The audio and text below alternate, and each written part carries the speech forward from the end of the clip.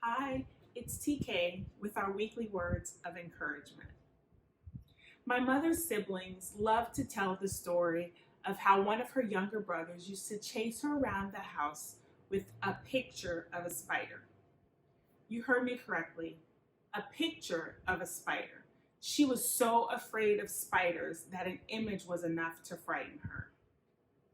Well, like the picture that my mother ran away from, I want to run away from my current pressing fear of the unknown. I have intense feelings of uncertainty as I prepare for my son Benjamin to start college in the midst of a global pandemic. I'm entering unknown territory, and honestly, I'm afraid. First, Benjamin is my only biological child, and I've been blessed to raise and nurture and support him for the past 18 years. I don't know what it's like for him to live in another city on his own. Second, I've never navigated a global health pandemic. And so to have both of these concerns overlap has heightened my fear of the unknown. Now, my heart knows I can trust God's divine plan for Ben's life. Jeremiah 29:11 reminds me, "For I know the plans I have for you, says the Lord. They are plans for good and not for disaster, to give you a future and a hope." Now, my heart rests on these words, but my mind hasn't quite caught up yet.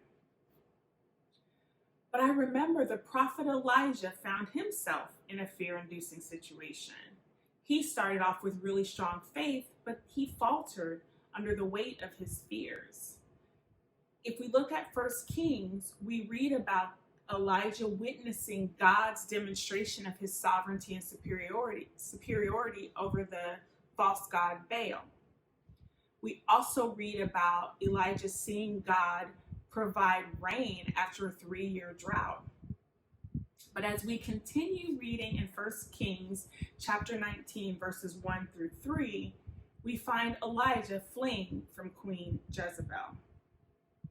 When Ahab got home, he told Jezebel everything Elijah had done, including the way he had killed all the prophets of Baal. So Jezebel sent this message to Elijah: "May the gods strike me and even kill me if by this time tomorrow I have not killed you, just as you killed them." Elijah was afraid and he fled for his life. So Elijah went from a man who trusted God to bring rain to a drought-stricken land to a man who was running for his life. And he even had the nerve to whine about being threatened. But in the end, God spoke to Elijah in a gentle whisper, telling him to return to the source of his fear. And what did Elijah do? 1 Kings chapter 19, verse 19 gives us the answer. So Elijah went. He faced his fear. He went back to the source of his fear. And I believe these are encouraging words for me and for you. Maybe you're facing a new season in your life, or you're entering unknown territory. Maybe, like me, your child is preparing to leave for college. Or maybe you're an essential worker who's concerned about exposure to the COVID-19 virus. Or maybe you recently lost your job. You may be experiencing the same fear of the unknown that I'm experiencing. 2 Timothy chapter 1, verse 7 reminds us, "For God has not given us a spirit of fear and timidity, but of power, love, and self-discipline." We have the power to face our fears, just like Elijah did. So instead of being paralyzed by fear of the unknown, I'm choosing to take a leap of faith off the cliff of uncertainty. And I know when I take this leap of faith, God will either catch me or he'll teach me how to fly. Will you join me in taking a leap of faith and trusting God?